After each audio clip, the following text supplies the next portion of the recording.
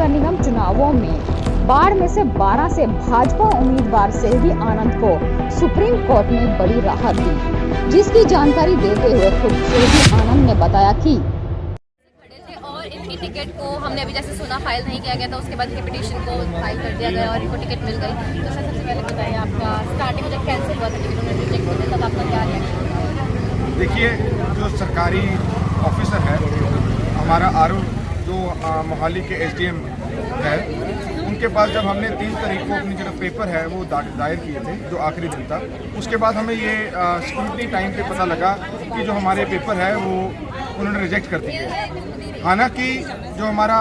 संविधान है, जो सबसे उत्तम है, उस संविधान में एक हमारे जो हिंदुस्तानी है जो भी व्यक्ति, उसके पास एक राइट है। राइट ये है कि अगर कोई स्क्रूटनी से पहले अगर उसके टेक्निकल एरर है तो वो आरओ की ड्यूटी बनती है उस टेक्निकल एरर को रेक्टिफाई करवाने की। पर क्योंकि उनके ऊपर प्रेशर इतना था, ये तो वही बता सकते प्रेशर किसका था, पर क्योंकि उनके ऊपर प्रेशर इतना था इसलिए हमारे कहने के बार बावजूद उन्होंने जो टेक्निकल एरर था उसको ठीक नहीं करवाया, जिसके बाद हमें मानयोग हाई कोर्ट जाना पड़ा। और हाई कोर्ट में जाते ही हमें साथ के साथ रिलीफ मिला, जो इंटरम रिलीफ था, जिसके बाद क्योंकि एक मूंछ का सवाल बन चुका था प्रशासन और हमारे बीच में, तो उसके बाद सरकार ने पूरा जोर लगवा कर बड़े बड़े जो एडवोकेट थे उनको हाई कोर्ट में भेजा गया कि किसी भी तरीके ये जो नॉमिनेशन है वो रद्द होने चाहिए, जिसकी बदौलत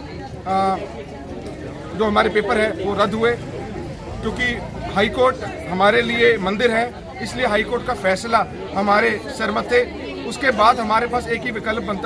बचता था, वो था माननीय सुप्रीम कोर्ट जाने का, जो हमने अपने राइट का इस्तेमाल किया और हम कल रात 10:32 पे हमने माननीय सुप्रीम कोर्ट में अपनी जो याचिका है वो दायर की, जिसके बाद हमारा फिट टू डे आज लगा और हमारे बड़े भाई श्री दीपक सब्बरवाल जी और पीएस पटवालिया जी जो हमारे लॉयर थे, उन्होंने आज हमें रिलीफ दिलाया है। हमने फैक्ट्स पे बात की, फैक्ट्स पे बात करने के बाद माननीय सुप्रीम कोर्ट के जो जज साहबान थे उन्होंने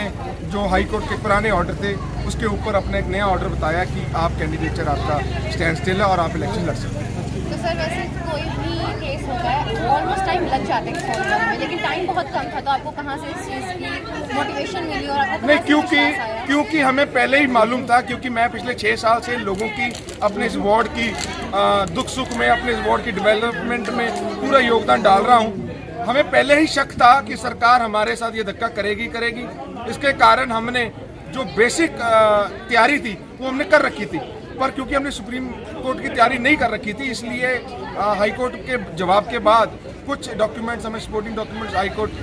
के लगाए। बाकी जो भी हमारे लीगल पॉइंट ऑफ व्यू से हमारे जो बड़े भाई है श्री दीपक सब्बरवाल जी, उन्होंने पूरी रात भर बैठकर जो अपने कागज़ थे वो तैयार करके माननीय सुप्रीम कोर्ट में जो याचिका थी उसकी दायर की। जो आज सच्चाई की जीत है, इन लोगों के मुंह पर एक ऐसी चपेड़ है जो ये बार बार अगर शीशे में अपना चेहरा देखेंगे, इनको अपना चेहरा सारी जिंदगी अब लाल ही दिखेगा। हार जीत बाद की बात है, पर आज जो हमें इंसाफ मिला है, मैं आपके चैनल के माध्यम से समूह अपने वोटरों को, सपोर्टरों को, पारिवारिक मेंबरों को हाथ जोड़कर नमन करता हूं, जो ऐसी दुख की घड़ी में भी हमारे परिवार के साथ अपना मोटे के साथ मोटा जोड़कर हमारे साथ खड़े हैं। सर आप तो अभी इलेक्शन में खड़े हो गए और हमें पता आप जीतेंगे भी, लेकिन हम ये जानना चाहेंगे जो न्यू यूथ है जो इस इलेक्शन में खड़ा होना चाहता है या आगे खड़ा होना चाहता है, उनके लिए आप क्या कहना चाहेंगे? मैं सिर्फ यही कहना चाहता हूँ कि अगर आपके हौसले बुलंद है, अगर आपके पास काम करने की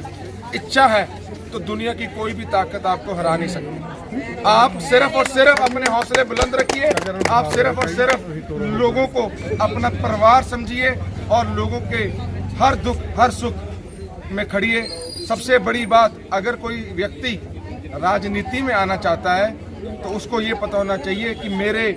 वार्ड में, मेरे एरिया में जो लोग रहते हैं उनकी किचन की समस्या क्या है। अगर उनको उनके किचन तक समस्या मालूम होगी तो वो लोगों के दिल जीतेंगे और वार्ड में देश के अपना जो योगदान है वो जरूर डालेंगे।